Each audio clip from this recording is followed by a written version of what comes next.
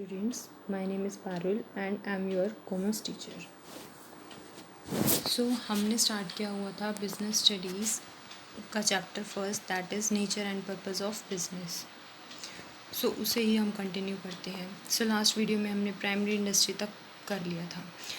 अब आता है सेकेंडरी इंडस्ट्री.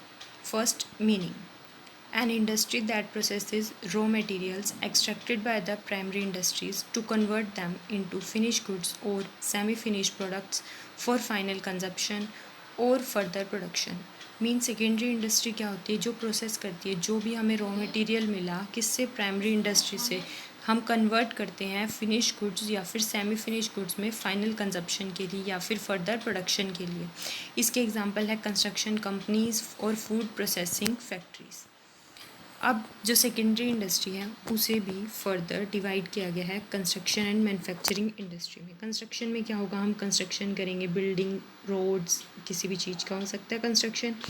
नेक्स्ट है मैन्युफैक्चरिंग, मींस हम किसी सामान को मैन्युफैक्चर करेंगे, मींस बनाएंगे.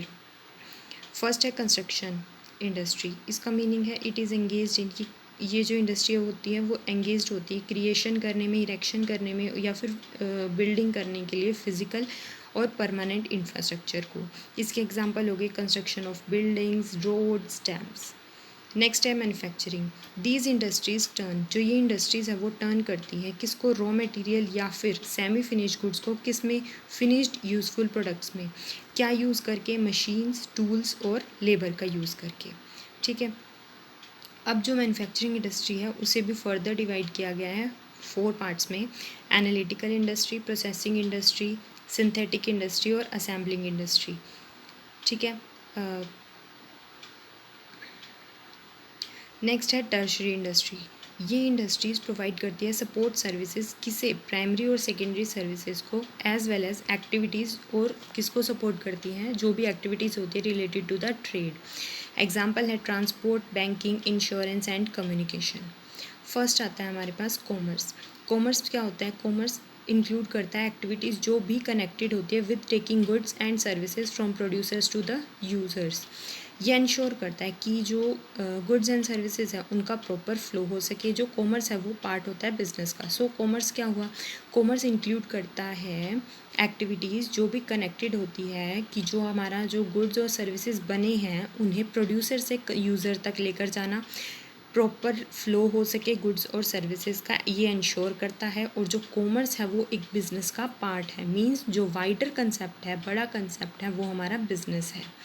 फिर जो कॉमर्स है उसमें क्या इंक्लूड होता है? उसमें होता है ट्रेड और ऑक्सिलरीज टू ट्रेड. ट्रेड क्या होता है? बाइंग एंड सेलिंग करना गुड्स एंड सर्विसेज की. ऑक्सिलरीज टू ट्रेड क्या होती है? जो कि हेल्प करता है ट्रेड करने में. फर्स्ट है ट्रेड. ट्रेड मतलब एक्सचेंज करना किसका? गुड्स और सर्विसेज का. किसके बीच में? सेलर्स और बायर्स के बीच में. और मोटिव क्या होता है? प्रॉफिट. ट्रेड में क्या क्या इंक्लूड होता है? ट्रेड इंक्लूड करता है इंटरनल और एक्सटर्नल. इंटरनल में क्या होगा? जो कि हमारा with in the boundaries of the country हो जाएगा और outside the boundary of the country हो जाएगा हमारे पास एक्सटर्नल. इंटरनल ट्रेड में क्या आता है? Wholesale, retail. होलसेलर कौन होते हैं? जो कि बड़ी बड़ी क्वांटिटीज़ में सामान को रखती हैं. और रिटेलर क्या होता है? जो कि स्मॉल क्वांटिटीज़ में सामान को रखता है. जो हमारे आसपास होते हैं जैसे कि रिटेलर्स होते हैं वो हमें जो भी नीड होती है थोड़े थोड़े समझ की मतलब कि स्मॉल क्वांटिटीज़ की, तो हम रिटेलर के पास जाते हैं. और बल्क में हम जब परचेज़ करते हैं तो हम होलसेलर के पास जाते हैं. नेक्स्ट है एक्सटर्नल ट्रेड. इसमें क्या आता है? इंपोर्ट, एक्सपोर्ट और एंट्रीपोर्ट. एक्सपोर्ट का मतलब क्या होता है? जब हम एक कंट्री से सामान दूसरी कंट्री में भेजते हैं, मीन्स बाहर भेजना, that is export. In means अंदर लाना, वही है इम्पोर्ट.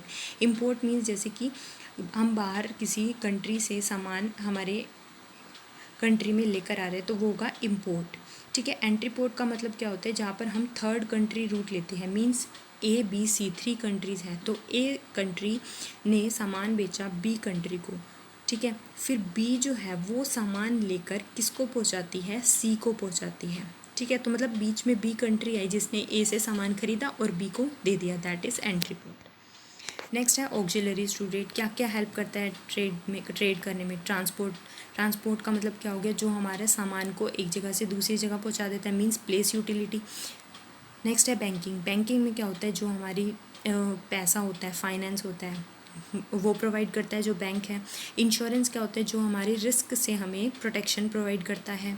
वेयर हाउसिंग क्या होता है कि हमारी टाइम यूटिलिटी, मींस कि जो सामान सर्दियों में कंज्यूमर को चाहिए वो प्रोड्यूसर पहले से उसे स्टोर करके वेयर हाउस में रख देता है, और फिर जब सर्दियाँ आती है तो वो जो सामान है वो मार्केट में अवेलेबल करवा देते हैं। नेक्स्ट है एडवर्टाइजिंग। एडवर्टाइजिंग से क्या होता है कि हम कंज्यूमर्स को अवेयर करते हैं अपने प्रोडक्ट्स के बारे में, मींस कम्युनिकेशन गैप ख़त्म कर देता है।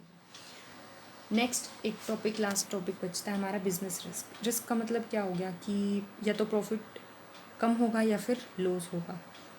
सो business risk meaning it refers to the possibility of inadequate, मतलब इनसफिशिएंट हमारे पास प्रॉफिट्स होंगे या फिर लॉस भी हो सकता है, क्योंकि अनसर्टेनिटीज़ होती हैं और अनएक्सपेक्टेड इवेंट्स होते हैं। फिर जो बिजनेस रिस्क है वो दो टाइप से होता है, एक होता है स्पेक्यूलेटिव रिस्क, एक होता है प्योर रिस्क। फर्स्ट है स्पेक्यूलेटिव रिस्क, ये इन्वॉल्व करता है, इसमें दोनों की पॉसिबिलिटी होती है, या तो गेन हो जाएगा हमें या फिर लॉस हो जाएगा। ये अराइज होता है मार्केट कंडीशन की वजह से। नेक्स्ट है प्योर रिस्क, ये सिर्फ इन्वॉल्व करता है किस चीज़ की पॉसिबिलिटी, या तो मुझे लॉस होगा या फिर लॉस नहीं होगा। पर स्पेक्यूलेटिव में दोनों हो सकता है, गेन भी और लॉस भी, बट प्योर होगा, प्योरली होगा, या तो लॉस होगा या फिर लॉस नहीं होगा। कॉजेज़ मतलब किस किस वजह से बिजनेस में रिस्क आ सकते हैं, जैसे कि नेचुरल कॉजेज़ हो गए, जैसे कि फ्लड आ गई, बाढ़ आ गई, ड्रॉट हो गया, सूखा पड़ गया, अर्थक्वेक हो गया, इस तरीके से। ह्यूमन कॉजेज़ मीन्स ह्यूमन की वजह से, बाय थेफ्ट हो गया। इकोनॉमिक मीन्स की जो पैसा है उसकी वजह से, अदर कॉजेज़ भी आ जाते हैं इसमें। So thank you. सो हमारा जो चैप्टर है वो हो जाता है हमारा कंप्लीट। ठीक है, तो अगर आपको जो हमने पार्ट्स ऑलरेडी करवाए हुए हैं वो आप चैनल पे जाके देख सकते हैं। एंड अगर आपको कोई डाउट होता है तो आप कमेंट सेक्शन में डाल सकते हैं, और नेक्स्ट क्लास में हम सेकंड चैप्टर स्टार्ट करेंगे। Thank you.